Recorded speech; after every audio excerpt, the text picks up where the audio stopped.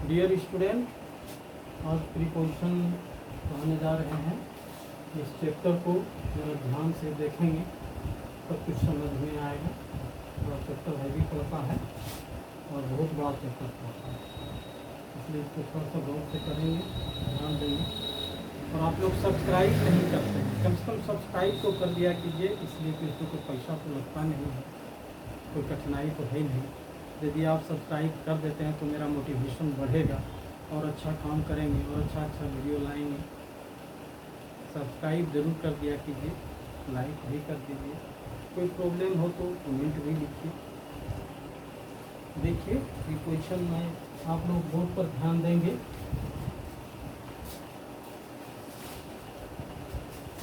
Preposition, pre का मतलब होता है पहले, पोजीशन का मतलब होता है जो पहले स्थान आता है। किसके पहले स्थान आता है? नाउन और प्रोनाउन। अब डिफिनेशन इसका लिखे हैं कि preposition is a word place before a noun और प्रोनाउन, इसीलिए इस चैप्टर का नाम पड़ गया प्रीपोजिशन।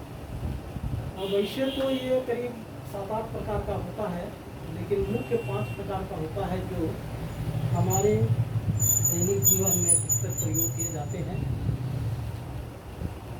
जैसे हो गया एक सिंपल में, simple preposition at, by, from, in, out, on, out, with, after, under, over, ये हो गया सिंपल प्रीपोजिशन। और जैसे डबल प्रीपोजिशन है तो डबल प्रीपोजिशन में क्या होता है, जैसे इनटू है, इन और टू लगा करके बना है, इसलिए in plus two into.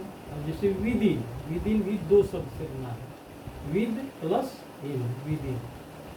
Up to, up plus to, ये दोनों मिलके हुआ है up to. Upon, U P, up plus on, upon, ये हो गया डबल प्रीपोजिशन। और ये हो गया कंपाउंड प्रीपोजिशन। कंपाउंड प्रीपोजिशन क्या होता है, जैसे when the preposition is used before noun, adjective और adverb is called compound preposition। जैसे by plus side, beside, by plus hind, behind, by plus beyond, beyond, ये adverb है। अब जैसे पार्टिसिपल प्रीपोजिशन है, जैसे ड्यूरिंग हो गया, ओविंग हो गया, इंक्लूडिंग हो गया, कंसिडरिंग हो गया, कंसर्निंग हो गया, रिगार्डिंग हो गया, ये सब पार्टिसिपल प्रीपोजिशन। जब लॉन्ग लिटरेचर पढ़ेंगे तब इसका प्रयोग आपको आएगा। और कुछ फ्रेजल प्रीपोजिशन होता है, जैसे निकोडेंस, डिंट ऑफ, अब सामान्य तौर पर जो हमारे जीवन में काम काज प्रयोग करते हैं, जैसे kinds of preposition according to function, इसके काम के हिसाब से, काम के अनुसार से जो प्रयोग करते हैं वो प्रीपोजिशन हो गया हमारा दैनिक जीवन का, जिसे हम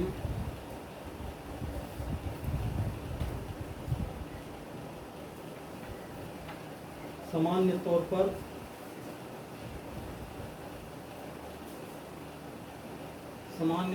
इसे हम प्रयोग करते हैं।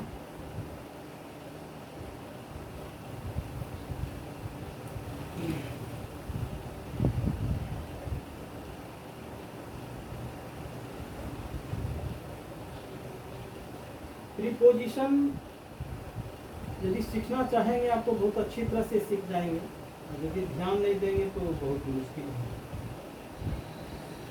अब जैसे प्रीपोजिशन में हम वहाँ बोर्ड पर लिखे हुए हैं एक क्रॉस। एक क्रॉस का मतलब होता है आर पार। Against, along, it, down, for, from, into, on, to, towards। अब जैसे मान लिया कुछ एग्जाम्पल आपको बता देते हैं, जैसे use of A cross, she leaves across the road,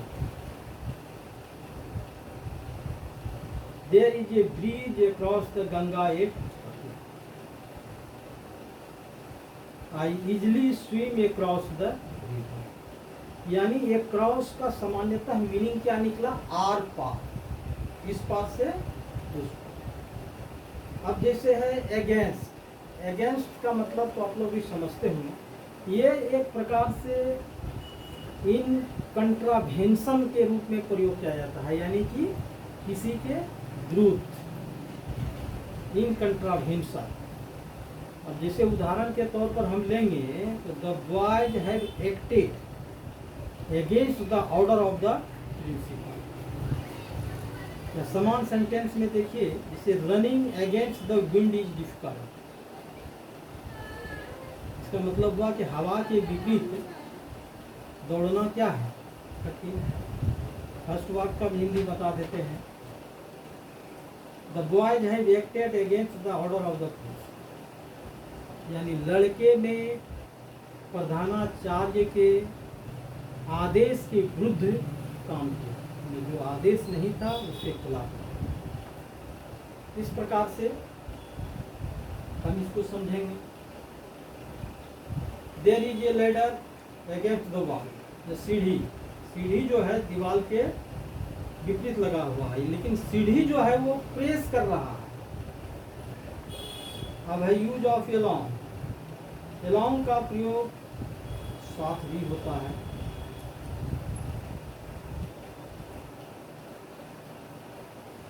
कुछ स्थान, पोजीशन सबके साथ होता है। जैसे कुछ प्रयोग at, before, behind, below, beside, between, in the front of, over, under, above, इस तरह। जैसे एट का प्रयोग जो है हम नज़दीकी दिखाने के लिए भी प्रयोग करते हैं। अब मैं बोर्ड को मिटा दूं तो कुछ एग्जाम्पल वगैरह लिख के समझा सकता हूँ। अब मैं इसको मिटा देता हूँ।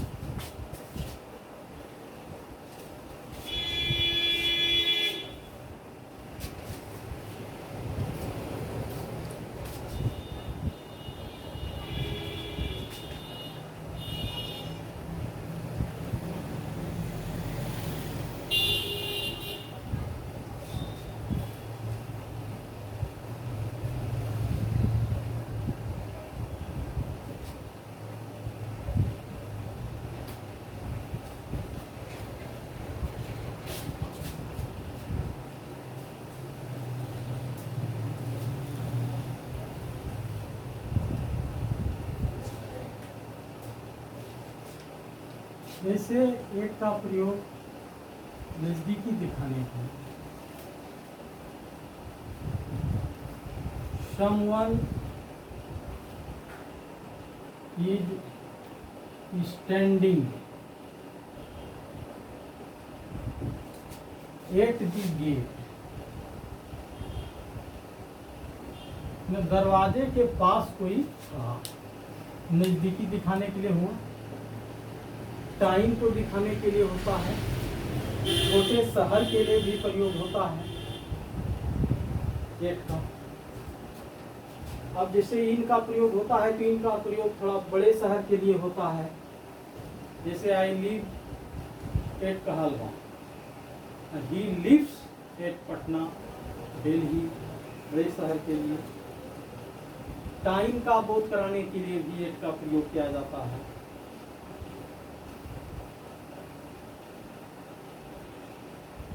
कुछ चीजें ऐसा है जिसको आप अर्थ के आधार पर ही उसका मीनिंग निकाल सकते हैं। जैसे बिटवीन है,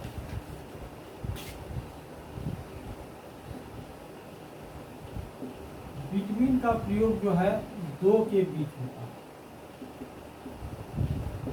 और इसी के अल्टरनेट में अल्टरनेट नहीं कहिए, इससे ज़्यादा के, दो से अधिक के बीच होता है अमंग का प्रयोग। दो से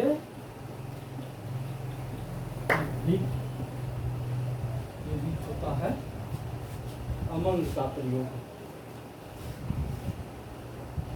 ड्यूरिंग का प्रयोग जो है वो समय दिखाने के लिए होता है। The during preposition is used in definite period of time, एकदम फिक्स। जैसे ड्यूरिंग समर सीजन, ड्यूरिंग जनवरी, ड्यूरिंग होली, यानी एक फिक्स टाइम।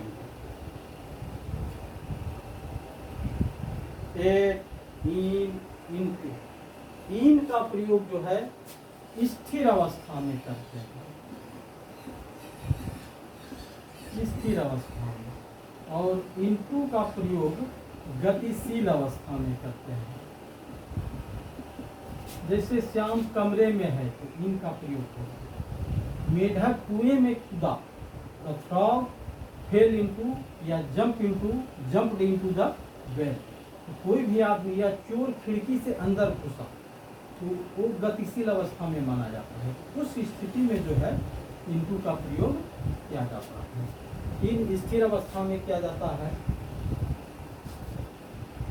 बाय, थ्रो, ये सब द्वारा के सेंस में प्रयोग करते हैं। विथ का प्रयोग जो है जब किसी वस्तु को हम उपयोग में लाते हैं, जैसे चाकू से सब्जी काटना या कोई भी चीज काटना, तो एक हथियार हो गया। जैसे स्टूडेंट का हथियार कलम है, वह कलम से लिखता है, वह चाकू से सब्जी काटता है। तो इस स्थिति में कोई वस्तु से जब हम सहयोग लेते हैं तो उसका विथ का प्रयोग, वैसे इसका प्रोनाउंसिएशन जो है विद होता है, लेकिन जनरली इसको विथ पढ़ता है। विद भी आप पढ़ सकते हैं, जैसे ऑफ को ऑफ पढ़ देते हैं, उसका प्रोनाउंसिएशन अब होता है, तो वो भी पढ़ सकते हैं आप। इंडिया में अपना थोड़ा सा जो प्रचलन है वो अपने ढंग से है। अब जैसे वस्तु की सहायता के बारे में बोले तो राम कट्स ये मैंगो विथ ए नाइफ, लिख दीजिए Ram cuts a mango with ये नाइफ।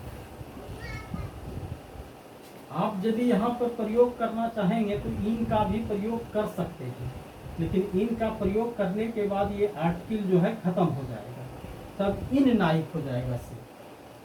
इन का प्रयोग होगा लेकिन ए का प्रयोग नहीं होगा। यदि ए का प्रयोग लिखेंगे तो विदे आपको लिखना होगा इस सेंस में। और जैसे और भी बहुत सारे सेंटेंस को आप दे सकते हैं। जैसे राम ने रावण को तीर से मारा, तो तीर से मारा, वहां विथ ये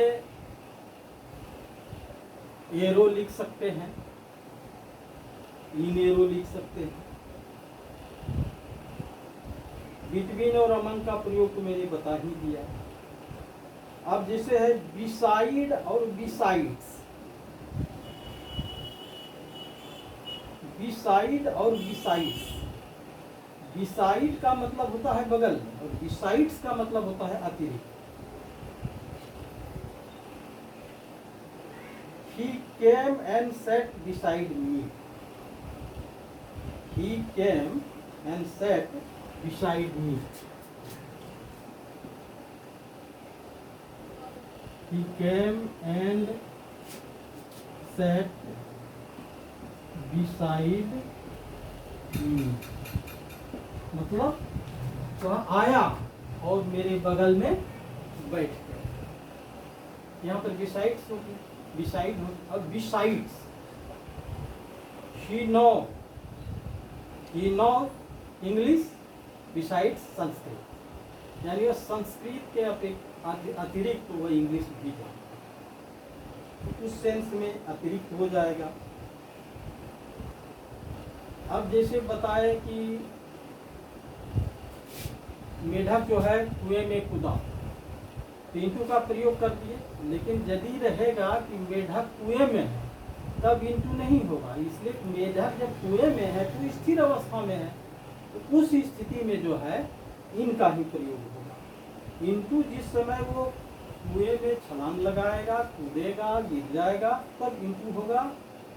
नहीं तो कुएं में है तो स्थिर है, इसलिए उस स्थिति में जो है हम उसका प्रयोग इनटू नहीं कर सकते हैं, इसलिए कि वो स्थिर अवस्था में है। मेन तो मैंने जो बोर्ड पर लिख दिया था वही है, ये सब तो एग्जाम्पल है, जिसे समझने के लिए आपको एक्सरसाइज थोड़ा कंप्लीट करना होगा। यदि आप एक्सरसाइज कंप्लीट करते हैं तो हो जाएगा। अब जैसे विदिन का एगो प्रयोग बता देते हैं, ही विल रिटर्न विदिन ये week, he will return within ये वीक। इसका मतलब हुआ कि वह 1 सप्ताह के अंदर लौटेगा। 1 सप्ताह में लौटेगा नहीं, 1 सप्ताह के अंदर। 7 दिन का सप्ताह होता है तो 4 दिन में लौट सकता है, 3 दिन में लौट सकता है, 5 दिन में लौट सकता है, 6 दिन में लौट सकता है, लेकिन 1 सप्ताह के अंदर लौटेगा। इसका ये मतलब है कि विल रिटर्न विदिन ये वीक।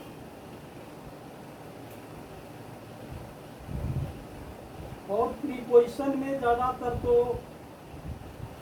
फिक्स रहता है, जिसे सबको हर किसी को याद ही रखना पड़ता है। जैसे कुछ नाउन के साथ प्रीपोजिशन रहता है, कुछ एडजेक्टिव के साथ रहता है, कुछ वर्ब के साथ रहता है, कुछ एडवर्ब के साथ भी रहता है। उसके लिए फिक्स है, उसके लिए कोई फार्मूला नहीं आता है। उसके लिए आपको याद करना पड़ेगा। सामान्य तौर पर जो फिक्स नहीं है उसका कुछ कुछ नियम भले बताया जा सकता है, लेकिन जो फिक्स है वो हर किसी को याद ही रखना पड़ता है। आप शुरू से अंत तक सबको देखिए। अब जिसे आउट है तो आउट मतलब तो बाहर होता है, तो वैसे ही जहाँ पर रहेगा ऐसा सब तो आउट का प्रयोग आप कर सकते हैं। ऑन का प्रयोग जो है, जब कोई वस्तु स्पर्श की स्थिति में है तो ऑन का प्रयोग होगा। जैसे the book is on the table, तो बुक और टेबल दोनों डायरेक्ट एक दूसरे के संपर्क में है। जैसे कोई बुक यहाँ पर, जैसे इस जगह टेबल है, एक टेबल पर किताब है, टेबल और पुस्तक दोनों एक दूसरे से टच कर रहा है, तो उस स्थिति में जो है ऑन हो जाता है। अब जैसे ओवर है, तो जैसे मेरा हेड है, इसके ऊपर में पंखा है सीलिंग में लगा हुआ, तो उस स्थिति में ओवर हो जाएगा। अब जैसे हवाई जहाज हमारे सिर के बहुत ऊपर चलता है, तो उस स्थिति में जो है हम एभव का प्रयोग कर देंगे। यही थोड़ा सेंस में आता है।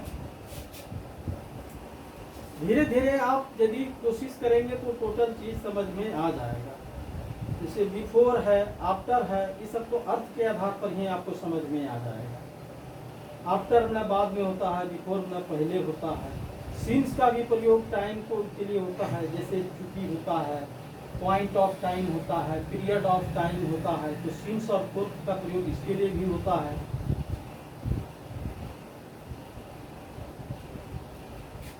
और सामान्य तौर पर प्रीपोजिशन में ये जो फंक्शन के आधार पर होता है, ग्रेजुएशन तक ऐसे सामान्य तौर पर तो इतना प्रीपोजिशन काफ़ी है। इसको आप लोग सीखिए, जानिए। बाकी बात जब आप प्रैक्टिस करेंगे, आपको कोई प्रॉब्लम होगा तो आप कमेंट में यदि लिखेंगे तो मैं उसके लिए अलग से समझा दूँगा। सब्सक्राइब करना नहीं भूलेंगे भाई, सब्सक्राइब ज़रूर कीजिए।